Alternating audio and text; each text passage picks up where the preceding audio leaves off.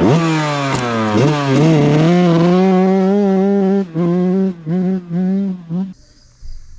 today we're going to be changing the steering stem bearings on this dirt bike here with factory links OEM replacement parts. Now I highly recommend these. I just recently changed out the wheel bearings front and back on this dirt bike here. This is a 2006 Yamaha YZ125.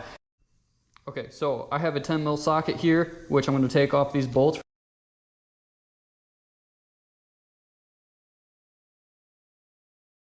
So I need to remove these 10 mil bolts on either side of the triple tree right here. All right, got these triple tree forks loosened up just here on the top, so we can remove this plate off from here once we take off the main nut right here. So if you can see up inside of there, this bracket that comes down through the triple tree is a 17 millimeter nut. See if I can break this loose. Okay, there it goes. All right, got this nut loose. Gonna go ahead and loosen that up a little bit more so I can take it off with my hand. So I have this bracket removed from this side of the triple tree here. So now, once I take off the rest of this nut, which I have loosened that up, so we're gonna remove this top plate so we can pull these triple trees off of the dirt bike. I have everything loosened up, and now I'm just gonna take a rubber mallet, which I would not recommend using a metal one because you do not wanna mess up anything on your forks with a solid hammer. So I'm just gonna tap these off of here evenly. I don't wanna scratch up these triple trees, so we're just gonna carefully tap this until it comes loose. Remove this secondary nut that actually holds your triple tree to the frame of your bike here. So I'm gonna go ahead and loosen that up and get this triple tree removed. All right, I know this isn't probably the correct way to do this. I'm sure a lot of people will probably tell me that I should have taken the handlebars apart, but I don't want to take apart more than what I need to, and I can just throw my handlebars back on. I don't need to readjust my brake and clutch levers or anything, or my my guards, which I wouldn't necessarily need to take those off. As you can tell, these bearings are toast, trash. And the race itself inside of there is also trashed. Now inside of this factory links bearing kit, they actually do have they have the bearings and they have the races inside of there. So I can change out the races, and it comes with the seals. So if I just open this up here, this is what you get. You just get a little placard that displays the product. And then it also does come with a sticker, which I don't care. But inside of here, you have your seals. So it comes with your 3 seals, top and bottom for the bearing, top of the stem. This bearing is seized on there. It is rusted. It's stuck. The pin needle, or the needle bearings inside of here don't even move. So I'm gonna spray this down with some WD-40, and I'm gonna let that sit for a little while so I can break that free. These races are completely seized inside of here. I have tried to beat those things out of there, but they're just not gonna come out. So I have the welder set up over here and ready to go. And what I'm gonna do is I'm gonna weld a bead across the race inside of here, just on the race, not on anything else. But hopefully once I weld beads inside of that race and it cools, it'll shrink that metal enough to where I can get those races to slide right on out of there. I have welded some beads around in there, and this bearing has already started to slide down a little bit, so there is a gap between that seat and that bearing race. So I'm gonna go ahead and tap that on out of there. Right there it goes, see?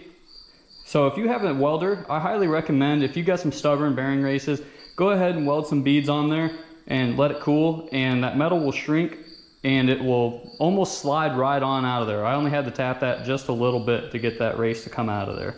I have successfully gotten both of these bearing races out of here. So yeah, if you have a MIG welder, I highly recommend, if you can't get these races just to tap on out of there with a punch and a hammer, I would weld some beads on there and they'll shrink right up, and they'll just about pretty much fall out of there. So I'm gonna go ahead and clean this up and get ready to put the new races in. What I've done here is I've just cut through the needle bearing cage here, since this one was seized on here, and I'm just gonna rip that cage off of there I know it makes a mess. I'm not saying this is the right way to do it, but this is how I'm gonna do it, just to save time. So I just cut that cage right off of there, and I'm gonna work on heating up the race on the bottom here. So I've got this cleaned up enough through here to, I'm gonna just do what I did with the races. I'm just gonna weld a bead on that. So what's left on there is the inside of that needle bearing. So I'm just gonna heat that up and let it cool, and hopefully that'll slide right off on there. As you can see here, I've gotten this to break free. Just had to tack weld it quite a few times around this race right here for the needle bearing. But now that that is broken free and loose, I can go ahead and just slide that right off from there.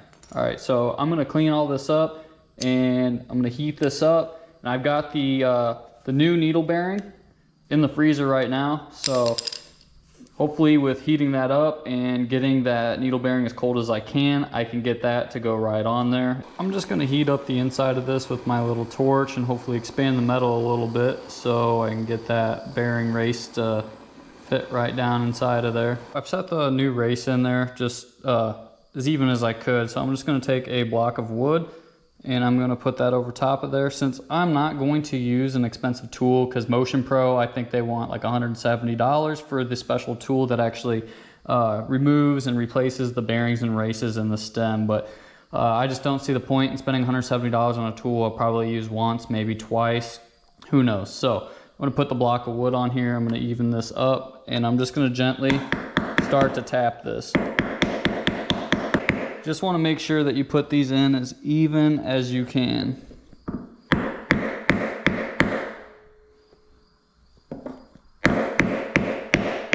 I got this top race in here. It just took a little bit of persuasion from the torch, 2-pounder and a punch. Just got to be careful that you don't mar up the race at all. Just take your time and evenly tap around the outside of that race to get it to go in there. I did start with the wood block so it would evenly go down into the race until it got flush with the outer edge of the stem here. So now that I got that one in, I have the other race for the bottom in the freezer right now, and I'm gonna start heating up the bottom side of this so I can knock the other race inside. I have the bottom race, or the bottom bearing for the steering stem right here, and what you're gonna wanna do is you're gonna wanna take some grease, which I have the Maxima Racing waterproof grease right here, which I will put a link down in the description for this. This stuff is amazing. It's not expensive at all. So if you want to get some of this, click on the link down in the description and you can get yourself some of this Maxima grease. So what I'm going to do is I'm going to pack this bearing with grease before I set it onto the triple tree right here, or on the steering stem. So I'm just going to grab a glob of grease here. Then I'm just going to take the bearing and I'm just going to scoop it. Pack all that grease up into those needle bearings. Yeah, this is going to get messy, but you're just going to want to fill this needle bearing with as much grease as possible. Off camera, I drove down this needle bearing all the way down into this seal with just a hammer and a punch, which I'm just gonna let you know now, it is gonna take a while, but it's better than spending like $170 for the tool to do it. Just take your time and make sure that you do not hit anywhere on the needle bearing cage, hit on the sleeve. But you're just gonna have to go all the way around that, just repeatedly until you knock that bearing all the way down to where it seats.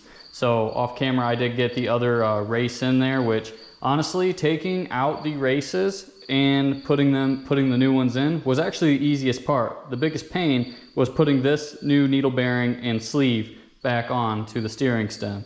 So I'm gonna go ahead and I'm gonna get this bike put back together. Dirt bike's all put back together, all cleaned up. Steering works great now. You could barely move it before, it was so rusted. As you can see, this is what I ended up with in the end. It's from where I welded those races to heat them up to get them to come out. But this turned into a real headache of a project. So this isn't a walk in the park. Just be prepared to take a few hours at least. If you're very experienced, it, probably take you less. I'm not super experienced. That was my first time changing out bearings and races in the steering stem, but it's all put back together, works good. So let me know what you think down in the comments, and thanks for watching.